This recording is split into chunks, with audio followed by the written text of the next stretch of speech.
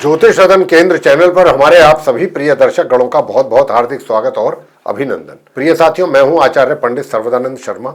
मेरी ओर से भी हमारे आप सभी प्रिय दर्शक गणों को एक बार फिर बहुत बहुत प्यार भरा नमस्कार। साथियों, आज हम जिस विषय पर आपके साथ चर्चा करने वाले हैं, ये विषय है मासिक राशिफल यानी कि मंथली राशिफल, जो कि अप्रैल 2026 का है।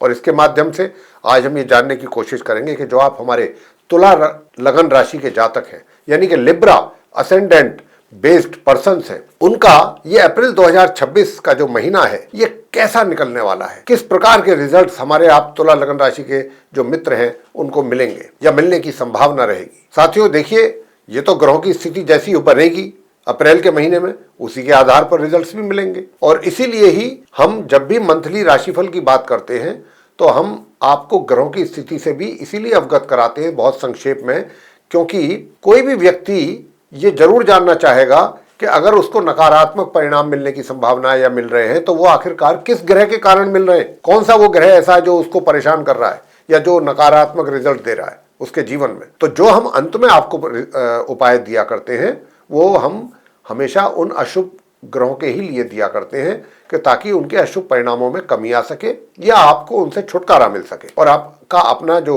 जीवन है वो शांति से निकल सके। यही एक उद्देश्य रहता है इसके पीछे, चाहे वो हम उपाय जो देते हैं वो या फिर हम आपको जो ग्रहों की जानकारी से अवगत कराते हैं वो। तो आइए साथियों, वैसे तो हम एक एक करके सभी पांचों पॉइंट्स पर आपके साथ बात करेंगे, चाहे वो आपका प्रोफेशन हो, करियर हो, या फिर आपके धन लाभ की स्थिति हो, सुख सुविधाओं की बात हो, या प्रेम संबंधों की बात हो, या फिर आपके वैवाहिक संबंधों की बात हो, पारिवारिक संबंधों को लेकर के भी बात करेंगे। अगर आप शिक्षा प्राप्त कर रहे हैं, स्टूडेंट्स हैं, तो आपके लिए भी बात करेंगे।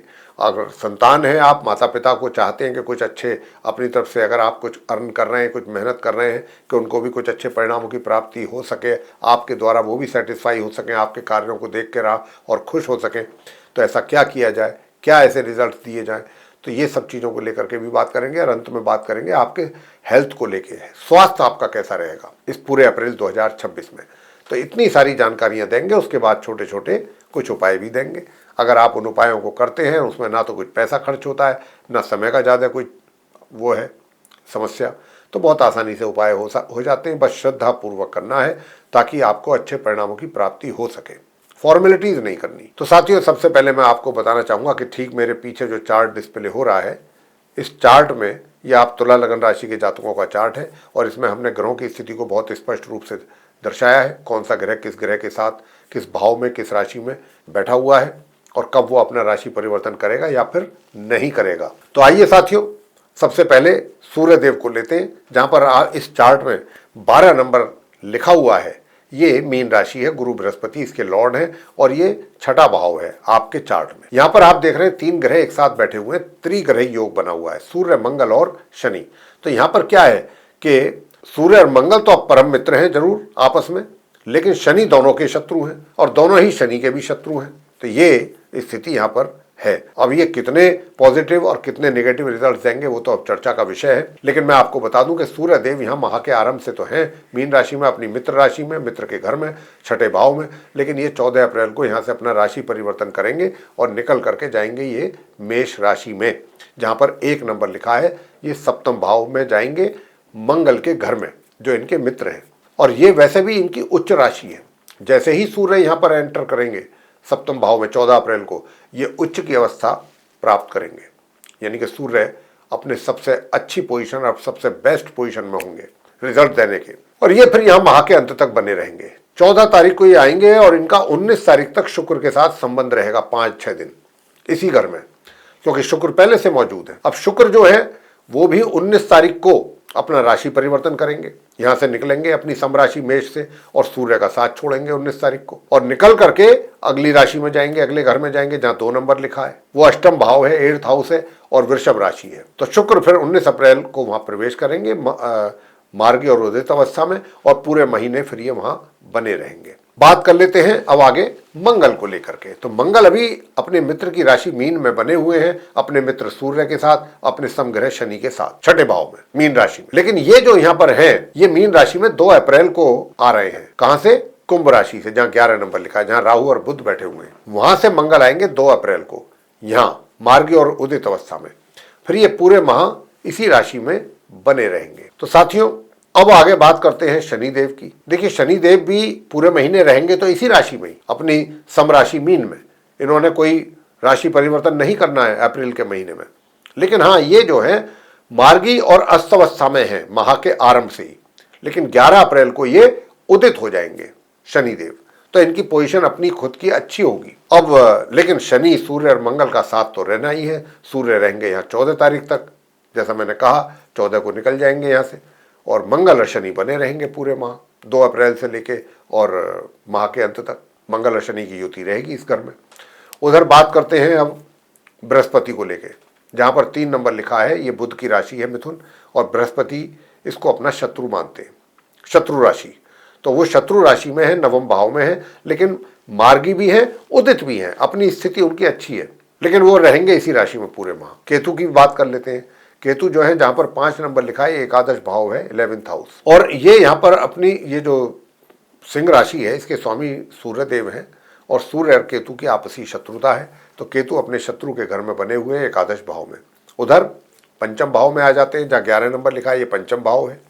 कुंभ राशि है शनिदेव की, और राहु और बुध की युति यहाँ पर हो रही है। तो राहु जो है वो तो पूरे महीने बने रहेंगे इसी राशि में, अपने मित्र की राशि में। लेकिन बुध जो है उनकी ये समराशि है, और राहु भी के साथ भी उनके न्यूट्रल रिलेशंस हैं। तो बुध जो है यहाँ पर माह के आरंभ से लेकर सिर्फ और सिर्फ 10 अप्रैल तक रहेंगे, 10 दिन कुंभ राशि में राहु के साथ, और 10 अप्रैल को ये अपना राशि परिवर्तन करेंगे, और मार्गी और उदित अवस्था में फिर ये अपनी नीच राशि मीन में प्रवेश करेंगे। नीच राशि, बुध नीच के हो जाएंगे 10 अप्रैल से माह के अंत तक। फिर ये 30 तारीख को, पूरे अंतिम तिथि अप्रैल के महीने की अंतिम तारीख, उस दिन फिर ये अपना राशि परिवर्तन करेंगे। और तब ये जब अपना राशि परिवर्तन करेंगे बुध, तब ये कहाँ जाएंगे? अपनी समराशि मेष में, जहां पर पहले से ही सूर्य देव मौजूद होंगे, जिनको बुध अपना मित्र मानते हैं। तो बुध जो है, बुध के अनुसार बुध जो है वो अपने मित्र के साथ संबंध बनाएंगे अपनी समराशि मेष में, सप्तम भाव में। कब से? 30 अप्रैल से, बिल्कुल महीने की आखिरी तारीख को जाके ये स्थिति बुध की रहेगी। तो ये थी ग्रहों की स्थिति साथियों, जिसके आधार पर अभी हम आपको बताने जा रहे हैं कि किस प्रकार के आप तुला लगन राशि के जातकों को भिन्न भिन्न क्षेत्रों में जो रिजल्ट्स मिलने वाले हैं उन किस प्रकार के मिलेंगे। और कहीं अगर नेगेटिव रिजल्ट्स की बात होती है तो उनके लिए हम आपको छोटे छोटे उपाय भी देंगे। आप उन उपायों को कीजिए और अच्छे परिणामों की प्राप्ति कीजिए। सबसे पहले आपके प्रोफेशन को लेकर के बात करेंगे कि आपका जो करियर है, प्रोफेशन है, आपका जो वर्क प्लेस है, वहाँ से रिलेटेड आप तुला लगन राशि के जातकों को कैसे रिजल्ट्स मिलने की संभावना रहेगी अप्रैल 2026 में, चाहे आप रोजगार करते हैं या फिर व्यापार करते हैं। तो साथियों, मैं आपसे बताना चाहूँगा कि जहाँ तक आपके रोजगार या व्यापार का प्रश्न है, तो ये तो देखिए बहुत ही मैं स्पष्ट रूप से आपसे कह रहा हूँ कि आपको पूरे महीने थोड़ा मिले जुले परिणामों की प्राप्ति के योग है।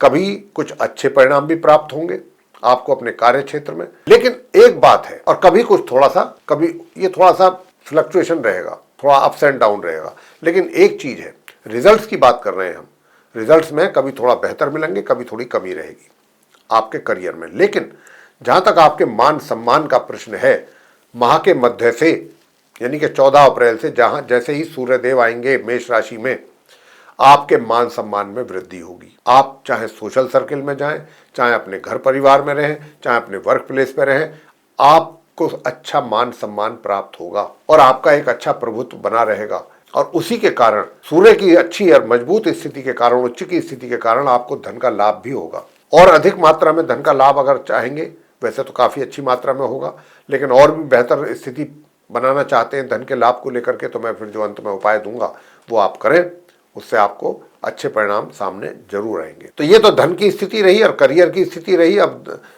जो मनी सेविंग्स है वो भी सामान्य तौर पे कर सकते हैं अगर आप प्रॉपर प्लानिंग करके चलेंगे तो। लेकिन अगर आप कोई पैसा कहीं इन्वेस्ट करना चाहते हैं अच्छी रिटर्न हासिल करने के इरादे से, तो फिर किसी अच्छे एक्सपर्ट के राय लिए बगैर पैसा अपना कहीं इन्वेस्ट ना करें, इसका ध्यान रखिएगा, वरना दिक्कत आ जाएंगी, आपको समस्या आएगी, नुकसान उठाना पड़ सकता है। और अब बात करते हैं कि आपके अगर कहीं सुख सुविधाओं की बात अगर कर लें, तो सुख सुविधाओं की जो स्थिति है ये भी एक तरीके से सामान्य या थोड़ा सामान्य से भी थोड़ा नीचे स्तर पर जाकर के सुविधाओं का लाभ की प्राप्ति के योग है। बहुत ज़्यादा सुख सुविधाओं का लाभ मिले वो भी ठीक नहीं है, उसमें व्यक्ति जो है आलसी हो जाता है, सुखों को लेकर के व्यक्ति आलसी हो जाता है, फिर परिश्रम और पराक्रम की तरफ उसका ध्यान नहीं जाता। तो बहुत ज़्यादा सुखों का भी हमारा ऐसा मानना है कि होना व्यक्ति के लिए अच्छा नहीं है। तो यहाँ पर सामान्य तौर पे आपको लाभ मिलेंगे, वो मिल रहे हैं, मिलेंगे। अब बात कर लेते हैं प्रेम संबंधों को लेके। प्रेम संबंधों को लेके तो देखिए, माह के आरंभ से लेकर के बेशक आप आपस में एक दूसरे को चाहें जितना मर्जी चाहें, लेकिन या तो तालमेल की कमी रहेगी या कोई थर्ड पार्टी आकर के आपको अलगाव, सेपरेट कराने की कोशिश करेगी। हो सकता है आप उनकी बातों में भी आ जाएं, और या आपके ऊपर कोई ऐसा प्रेशर आ जाए कि जिसके कारण आपको मजबूरी में ऐसा स्टेप लेना पड़े। लेकिन मैं यहाँ पर जो कहना चाहता हूँ नटशेल में, वो यही कहना चाहता हूँ प्रेम संबंधों को लेकर के कि चीज़ें तो दोनों तरफ रहेंगी, लेकिन जो सक्सेस मिलना चाहिए भाई, जब आपके दिल में भी उनके लिए चाहत है, उनके दिल में भी आपके लिए है, तो फिर चीज़ें आगे क्यों नहीं बढ़ रही हैं? आगे इसलिए नहीं बढ़ रही हैं क्योंकि ग्रहों का ऐसा योग है कि वो आपको आगे सफलता प्राप्ति में रोक लगा रहे हैं। चाहे वो माध्यम कोई भी हो जाए, चाहे वो कोई थर्ड पार्टी आ जाए उसके कारण हो ऐसा, या आपका कहीं ट्रांसफ़र हो जाए, ठीक है ना, यानी कि रेगुलर बेसिस पे मिलना ना हो आपका, लगातार आप उनको समय ना दे पाएँ, ये कुछ समस्याएं आप दोनों के बीच में जरूर चलेंगी। और जहाँ तक विवाह के संबंध का प्रश्न है कि वैवाहिक संबंध होंगे या नहीं होंगे, तो देखिए विवाह का तो योग बना हुआ है, लेकिन उसमें भी समस्याएं अनेक आएंगी आपके लिए, समस्याएं बहुत हैं। तो अगर उन समस्याओं से रूबरू आप हो सकते हैं और हर तरीके का मुकाबला करने की कुव्वत रखते हैं तो बात अलग है, लेकिन फिर परेशानियां कम नहीं है। योग बनने के बाद भी ऐसा योग है ये। अब आगे बात करते हैं कि भाई विवाहित लोग जो हैं, मैरिड पर्सन्स, उनका वैवाहिक जीवन कैसा रहेगा।